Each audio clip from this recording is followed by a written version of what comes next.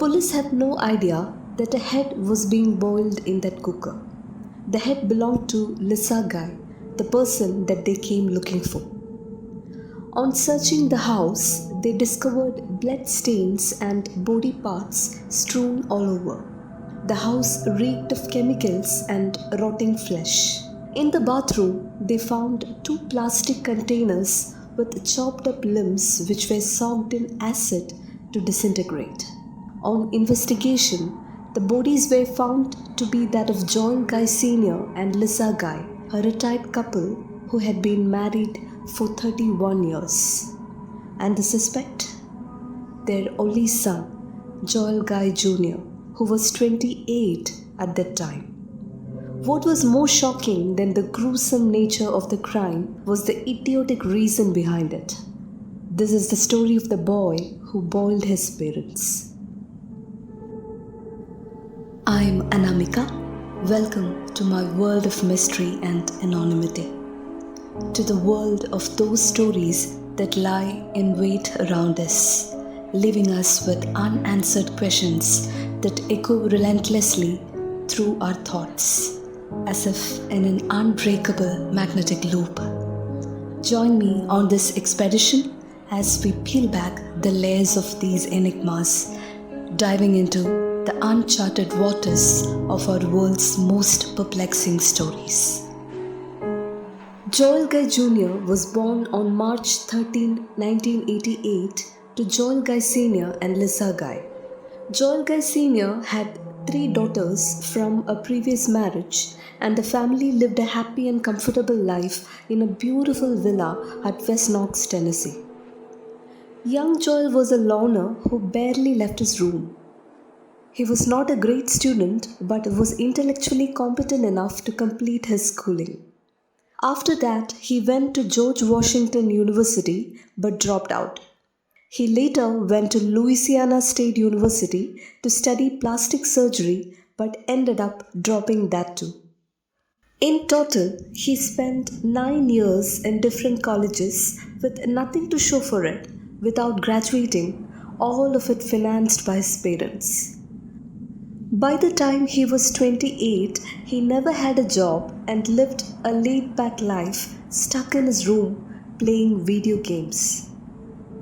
His parents were old and started having plans to retire. They knew that they could not be financially supporting their son for long and decided it was time to cut him off. The 61-year-old father and his 55-year-old wife decided to host one last family Thanksgiving dinner in 2016 at their home in Knoxville, Tennessee, before they sold that house and moved back to their native place, Kingsport, Tennessee, 2 weeks later. Joel Guy Sr. was an engineer by profession and Lisa worked in HR. The couple looked forward to their days in a Mountain View farm, leading a relaxed retirement life far away from the busy lives that they lead now. They would never see this dream come true, as their son, who was aware of their plans and knew that he would soon be cut off financially, wanted all their money for himself. November 24th, 2016, Thanksgiving Day.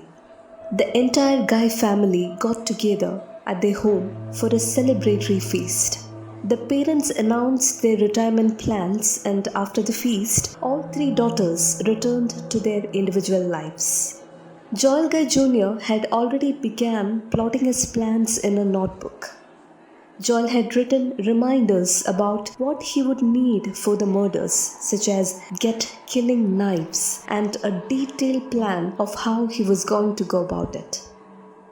Kill him with knife, clean up mess before she gets home. Kill her with knife. The notes even went in detail about how to get rid of the bodies and destroy forensic evidence. Turn heater as high as it gets to speed up decomposition, he wrote. The 5-page plan also mentioned the motive behind his actions. We will look into this at the end of the story. November 26th, 2016, Saturday. Lisa had gone out shopping. Joel was alone at their home with his father. He walked upstairs, knife in hand, and found his father in the exercise room. He stabbed him multiple times like a madman until he stopped moving. There was blood everywhere, even the ceiling. The blade pierced his lungs, liver, kidneys, and broke several ribs. Meanwhile, Lisa, who was at the supermarket, did not know the danger that was waiting for her back home. She returned home and was ambushed by Joel knocking the groceries to the floor. An autopsy would later reveal that he had broken 9 of her ribs in the attack. She was stabbed over 36 times, and if this was not disturbing enough, Joel proceeded to snap her neck with his bare hands and severed and decapitated her head. He then placed it in a water-filled cooking pot and turned on the stove.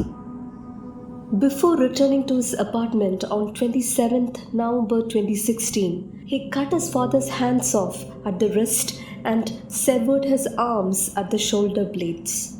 He then severed his legs at the hip with a saw and severed his right foot at the ankle, leaving it in the exercise room. He then cut his mother's body in a similar manner and placed his parents' chopped up pieces into 2 45-gallon plastic containers full of acid. As explained in his notebook, he turned the thermostat up to the highest setting to speed up decomposition. The whole scene was so unimaginable that the state prosecutors would later describe the discovery as a diabolical stew of human remains. November 28, 2016, Monday. Lisa's co-workers became worried when she did not show up at work on Monday. They were unable to reach her on the phone. It was supposed to be Lisa's last day at work before she retired.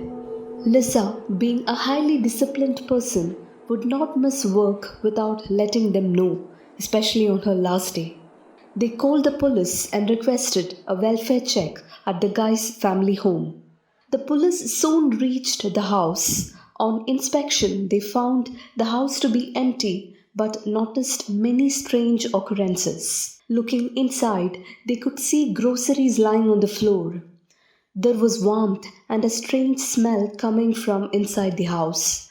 This was reason enough for them to enter the house. On making their way in through the garage door, the first thing they noticed was the heat from the thermostat. The house reeked of acid and rotten flesh. They found a cooker boiling on the stove, which they would later realize had Lisa's head in it.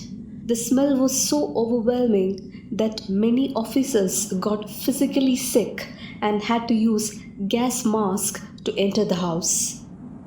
They saw blood splattered everywhere and discovered a hand on the floor. It was not attached to a body. There were large spots of blood on the floor. The officers were horrified by what they saw, but they continued ahead. In the bathroom, they found the large plastic tubs filled with body parts. An officer at the scene described it as the most horrific thing he has ever encountered in his life. Even with the meticulous planning and execution, Joel Guy Jr. left enough evidence at the crime scene that the police had no trouble in finding who the murderer was.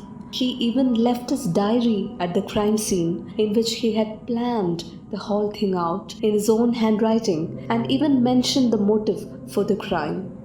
Guy Jr. had one motive for the crime: money. The main objective was his mother's $500,000 life insurance, which he thought would go to him if his parents were dead. $500,000 would all be mine, the note read. The most disturbing thing about this case is that it was all because of the greed and stupidity of one terrible person. If he had just read the fine print of his mother's insurance policy, he would have known that he was not a beneficiary. So even if he succeeded in his plan and somehow was not caught, he still would not have got the insurance amount. It was all for nothing. Nothing except for the selfish folly of one depraved mind. In the trial, He was found guilty of both the murders and will spend the rest of his life in prison. The stories don't end here. Join me in this journey every Saturday at 9 pm to dive deep into the shadows, uncovering the tales that send shivers down your spine. If you're ready to embark on a journey into the unknown, hit that subscribe button and join our community of fellow mystery enthusiasts. Buckle up because it's about to get mysterious in here.